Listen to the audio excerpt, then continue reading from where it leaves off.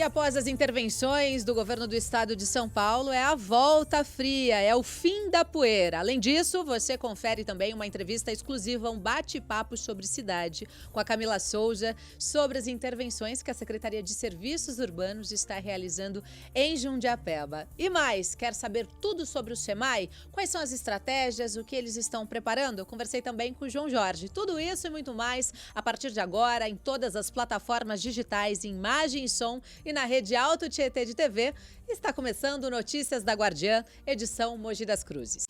Notícias da Guardiã, notícias da Guardiã.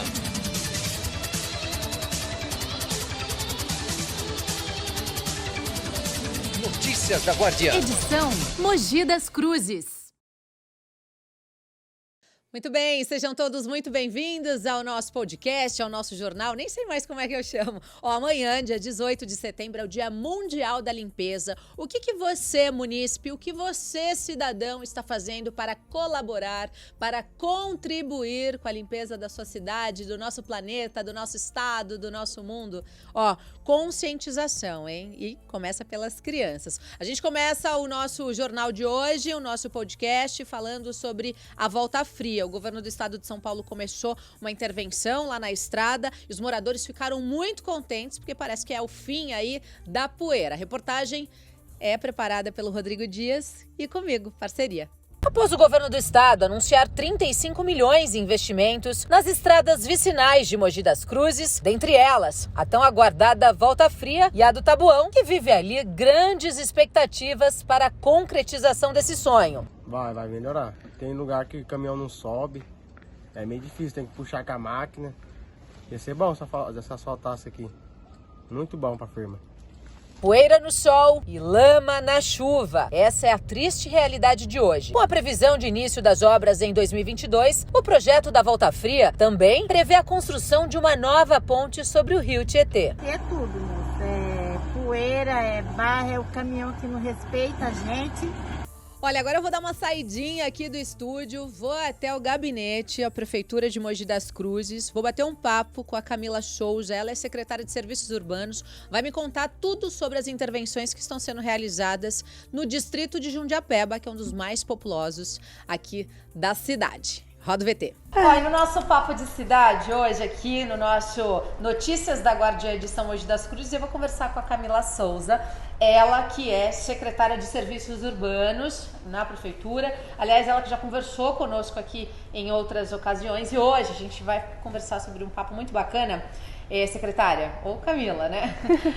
Eu tô sabendo que vocês estão preparando aí uma obra grande sobre esgotamento sanitário em Jundiapeba. O que é esgotamento sanitário, né?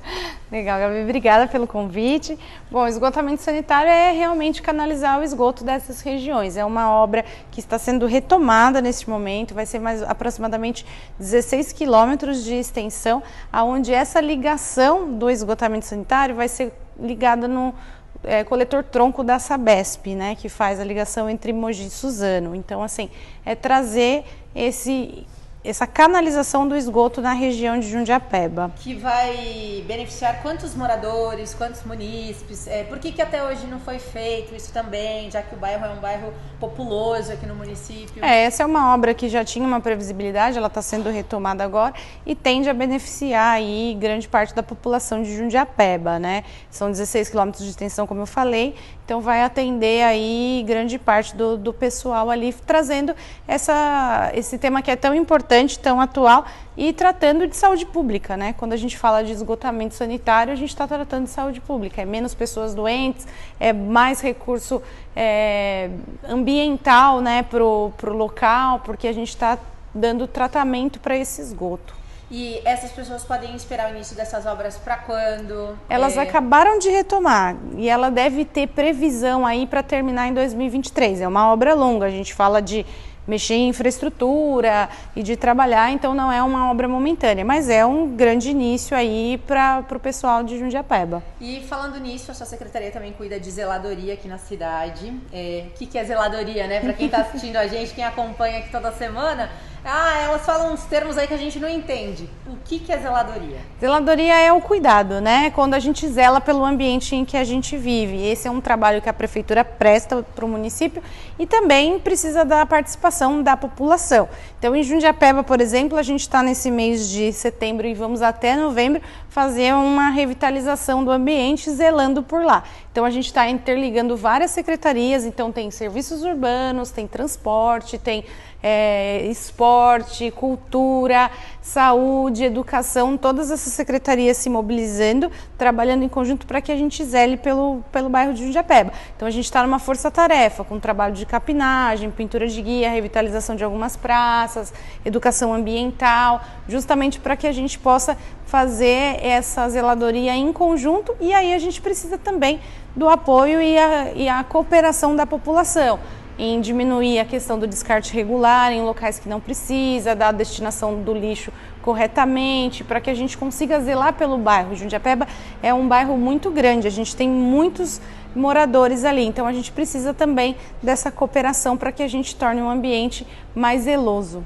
Essa ação de capinagem, pintura nas guias, isso já está acontecendo? Isso está em andamento, como eu disse, a gente começou o início agora e essas operações ela vai até o final de ali, na verdade, meados de novembro, porque realmente o distrito de Jundiapeba é um bairro muito grande e a gente tem outras demandas na cidade, mas a gente destinou 30% da equipe para esse local para que a gente possa revitalizar ele e zelar por ele como um todo. Depois você mostra pra gente como é que ficou e a gente vai até Jundiapeba para conferir. Pra gente encerrar, você falou sobre o descarte irregular de lixo, eu acho que isso é um ponto importante, porque não adianta a prefeitura ir lá retirar o lixo e no dia seguinte ou na semana seguinte ter tudo lá amontoado tudo de novo. Então qual que é o pedido, que vocês fazem para a população? Legal, é para a gente descartar o lixo em locais corretos. Jundiapeba tem um ecoponto, então quem puder levar os resíduos da construção civil, aquele resíduo que a gente não consegue descartar na coleta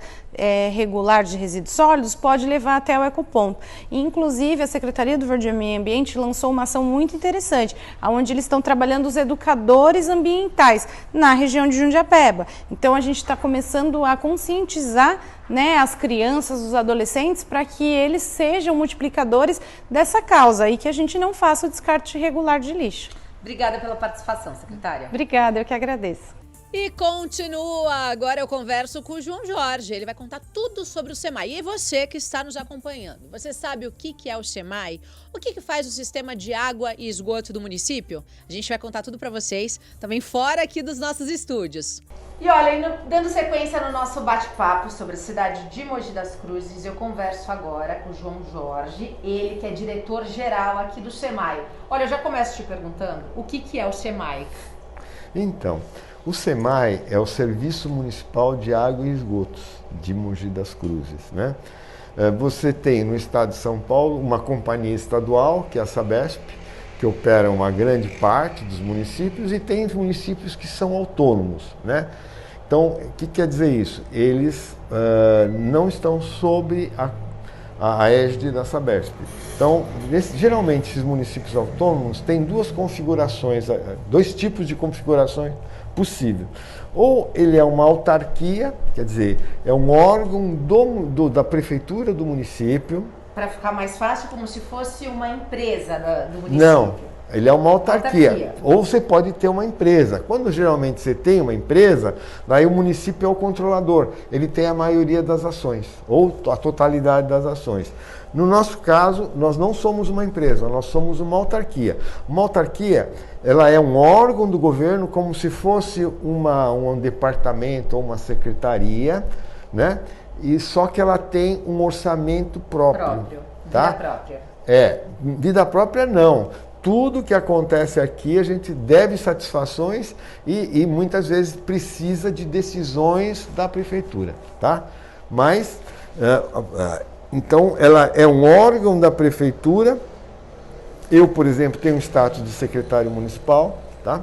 Participo das reuniões do secretariado, mas ela não é uma secretaria, ela é uma autarquia. E você chegou aqui faz 3 meses, né? Isso. Você assumiu aqui o SEMAI. Qual é a estratégia que você pretende implantar? Então, primeiro eu queria te falar assim qual foi minha impressão. Eu queria te contar um pouco da minha história, né? Eu trabalhei na Sabesp por quase 30 anos, né? Eu fui técnico, assim, entrei como estagiário na Sabesp, tá? E saí como vice-presidente metropolitano de distribuição. Então, assim, eu vivi muito tempo na Sabesp, tanto quanto técnico, como no quadro de direção, né? E então eu tenho uma experiência razoável. Então eu não conhecia o SEMAI e eu tive uma grata satisfação, né? O SEMAI é um órgão que funciona bem, né? Ele tem um quadro técnico competente, ele tem funcionários dedicados, sabe? Ele precisa de melhorias de gestão. Então, por exemplo? Então, eu vou chegar lá, né? Quando eu vim para cá, o nosso prefeito, ele tem como programa de governo tornar a gestão do município de Mogi das Cruzes mais eficiente. E essa foi a missão que ele me deu ao vir para cá. Então, o que significaria ser mais eficiente, né? E a gente tem, assim como eu falei, um bom quadro técnico, ótimos funcionários, ele não funciona mal, funciona bem o órgão, mas ele precisa melhorar, ele precisa ser mais eficiente. O que é melhorar? Melhorar, na realidade, significa, vamos pegar os casos práticos, né? Sistema de abastecimento de água, ele tem índices de perdas ainda um pouco altos, nós precisamos reduzir, tá? Para reduzir, precisa de investimento. Exatamente. Precisa investir nas tubulações. E não só nas tubulações, né? Na realidade, quando você vai, você pega um sistema de abastecimento de água, que você quer reduzir a perda, o que você faz? Você vai ter que, a primeira coisa que você faz, você tem que pegar, cada reservatório praticamente define um setor de abastecimento, quer dizer, a região que abastece para aquele reservatório. Daí você tem que isolar esse setor de abastecimento, fechar todos os registros dos limites físicos dele, né? Que muitas vezes um setor de abastecimento se comunica com o outro. Você tem, geralmente no topo de um morro tem um reservatório, no topo do outro tem outro reservatório. Então aqui na parte baixa eles acabam se interligando. O que você tem que fazer para ver qual é a perda? Você tem que fechar os registros, deixar só uma entrada nesse setor. Então, você vai ter um macromedidor aí, você vai comparar a água que entrou com a água que foi medida nos hidrômetros. Aí que você tem a perda. Enquanto você não faz isso, você tem uma estimativa de perda, não tem a perda. Hoje, qual é a estimativa aqui de Mogi das Cruzes? Depende da região. A gente tem praticamente 3 grandes setores de abastecimento. Você tem o setor oeste, o setor leste e o setor centro. O setor oeste já foi objeto de um programa de controle de perdas. O setor leste, ele está sendo objeto de um programa de controle de perdas. Ele foi dividido em 3 etapas, já foi feita a primeira, a segunda, estamos na terceira. A primeira e a segunda já foi concluído, tá? E o setor oeste, o setor centro, que a gente vai começar agora o programa de controle de perdas. Nos setores que a gente já trabalhou, as perdas giram da ordem de 36% a 40%. E com a sua experiência, isso é muito ou está dentro da... Então, só para terminar, no parte que a gente não trabalhou ainda, estima-se que está ao redor de 50% de perda, mas é uma estimativa. Então, agora vamos ao ponto, né? Isso é muito, isso é pouco? Depende. Por quê? Porque, na realidade, cada local tem o seu nível de controle de perdas ótimo. Por quê? Porque chega uma hora que você vai gastar tanto para controlar que não vale a pena. Então, por exemplo, o Japão tem 14% de perda. Quando que a gente vai chegar no Japão? Nunca, porque não vale a pena chegar. O Japão tem uma escassez de água muito maior que a nossa. Então, ele precisa ir a 14%. Se você vai naqueles países lá árabes que tem pouca água, também eles precisam correr atrás de uma perda menor. Nós devemos ficar aí ao redor de 25%. A nossa meta, eu vou vou contratar daqui a pouco, eu vou te falar sobre isso, um novo plano diretor, e o meu objetivo é que você, ao longo do tempo aí, dos próximos 10 anos, por aí, a gente chegue a 25, ao redor de 25, 26%, né? Que eu imagino que seja nosso nível de perda ótimo, mas isso é um estudo econômico, tá? Que tem que ser elaborado ainda para se chegar a uma perda ótima, entendeu? Entendi. Agora, João, me conta, quais são suas estratégias aqui Exato. no Senai? O que Então, você pretende fazer por aqui? Então, como eu estava te falando, primeira coisa a gente precisa reduzir o nível de perdas. Por quê? Porque parte da nossa água nós não produzimos, nós compramos da Sabesp. Então, a grosso modo, a gente produz 2/3 e compra 1/3 da Sabesp. Se a gente conseguir, a água da Sabesp ela é mais cara do que a gente... Eu pago para a Sabesp mais do que aquela água que eu consigo produzir. Por quê? Tá? Porque é o preço que a Sabesp estabeleceu. Quando você vai estabelecer um preço, quando você trabalha com coisas muito grandes, vai ser considerado economicamente tudo aquilo para se fixar uma tarifa, né? A nossa eu posso lhe dizer como é que a gente fixa. A da Sabesp, a gente teria que consultar a agência reguladora, que no caso é a Arcesp.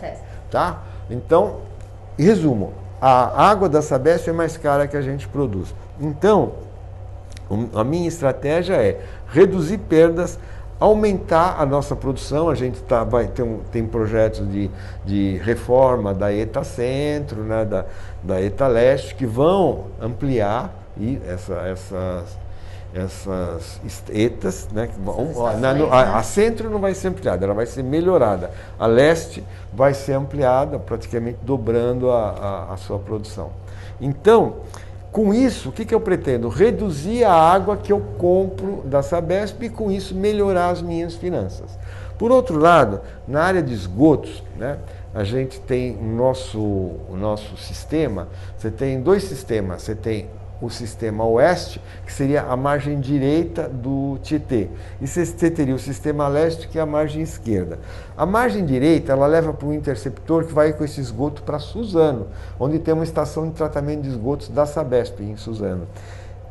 A gente paga para que a Sabesp trate os nossos esgotos do sistema oeste. Sistema leste, a gente tem a ET Leste, que fica aqui na Vila Industrial, né? Ela tem uma capacidade de 230 litros por segundo. Eu tenho um financiamento do CAF, que é a Confederação Andina, que é o Banco da América Latina, Banco de Desenvolvimento da América Latina, em que eu vou passar essa capacidade de 230 para 460. Tá?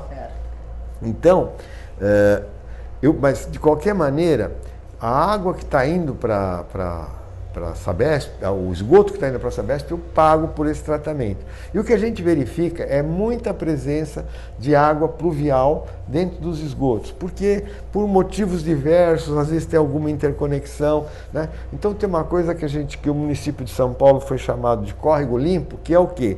Primeiro, tirar as águas pluviais que estão contribuindo para os esgotos. E tem várias técnicas que você usa para isso, teste de fumaça, você põe corante na água pluvial para ver se ela está misturando com o esgoto, prédios que têm lançamento de pátios que não deviam ser lançados no esgoto, são lançados, né? Porque acontece o seguinte, no nosso sistema é chamado separador absoluto, ou seja, o esgoto vai para uma canalização e as águas pluviais para outra.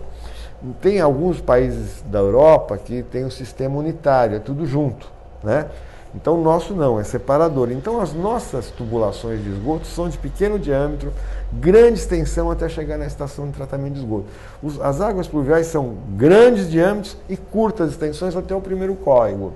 Então, quando você põe a água pluvial dentro do esgoto, ele não suporta. O esgoto ele funciona por gravidade, é meia seção.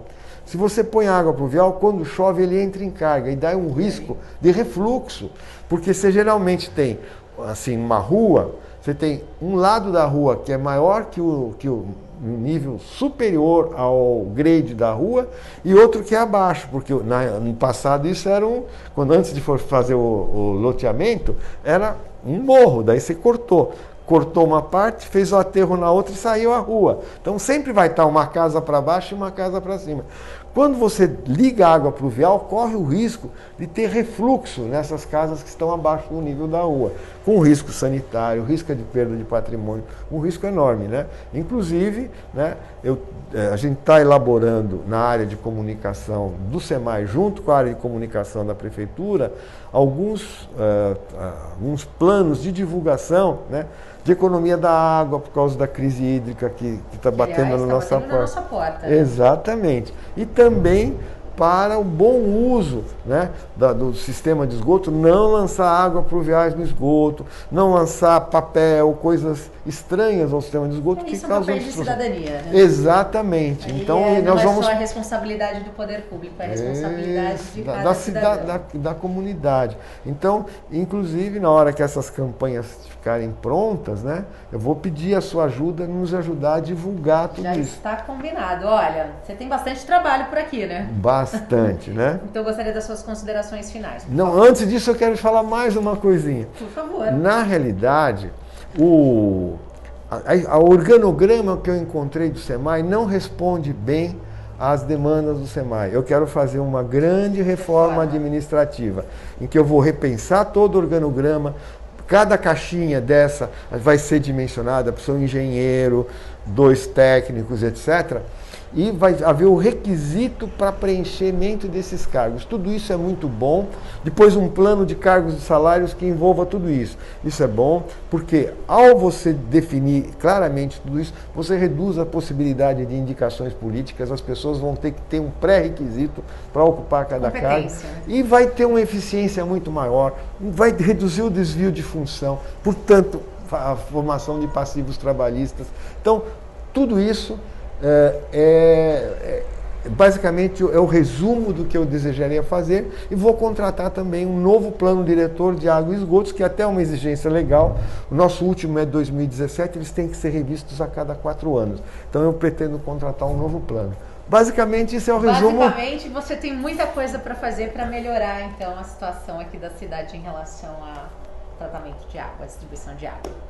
Eu queria, como consideração final, assim, dizer para você que eu agradeço muito a oportunidade que você está me dando de falar, porque o que eu gostaria de fazer aqui em Mogi, além de todo o meu trabalho dentro do SEMAI, é ter um bom diálogo com a imprensa, com a população, desenvolver uma cultura do saneamento, porque daí fica mais fácil de eu conversar com vocês, de eu conversar com a população, e para mim vai ser muito importante. Inclusive, nesse plano diretor, ele tem 3 fases: diagnóstico, prognóstico e plano de ação. Após cada fase dessa, nós vamos fazer audiências públicas com participação da imprensa, da Câmara, dos cidadãos, isso tudo porque a gente fala, a primeira fase que a gente fez é essa, e a gente vai estar aberto para sugestões, para críticas. Então eu quero fazer um trabalho muito junto com todos vocês. Obrigada. Um grande prazer estar contigo. Olha, eu vou contar para vocês que amanhã, dia 18 de setembro, é o Dia Mundial da Limpeza, mas eu conto para vocês lá do estúdio. Até já. Falei agora há pouco, vou repetir, falei lá na entrevista com o João Jorge, amanhã, Dia Mundial da Limpeza. Você que está em casa, que está assistindo a gente pelo celular, que está ouvindo no seu carro através do Bluetooth, olha, tenha consciência, não joga plástico, não joga lixo no chão. E se vê uma rua suja, alguma coisa que dá para você pegar, a cidade tem lixeira, joga na sua lixeira, mas vamos contribuir e colaborar com o meio ambiente. Para você que deseja rever essas e outras notícias, está esperando o quê para acompanhar a nossa programação 24 horas por dia, 7 dias por semana? Escuta no rádio. Como é que faz para escutar no rádio no meu carro? Basta você conectar o Bluetooth do seu celular. Você escuta música com informação na palma da sua mão. Nós somos a guardiandanoticia.com. Eu volto na próxima quinta-feira ao meio-dia. A gente tem um encontro marcado. Pode ser no Facebook, pode ser no YouTube, pode ser no nosso site, pode ser aí na Rede Alto Tietê de TV. Música e informação na palma da sua mão. Até a próxima quinta-feira. Notícias da Guardiã. Notícias da Guardiã.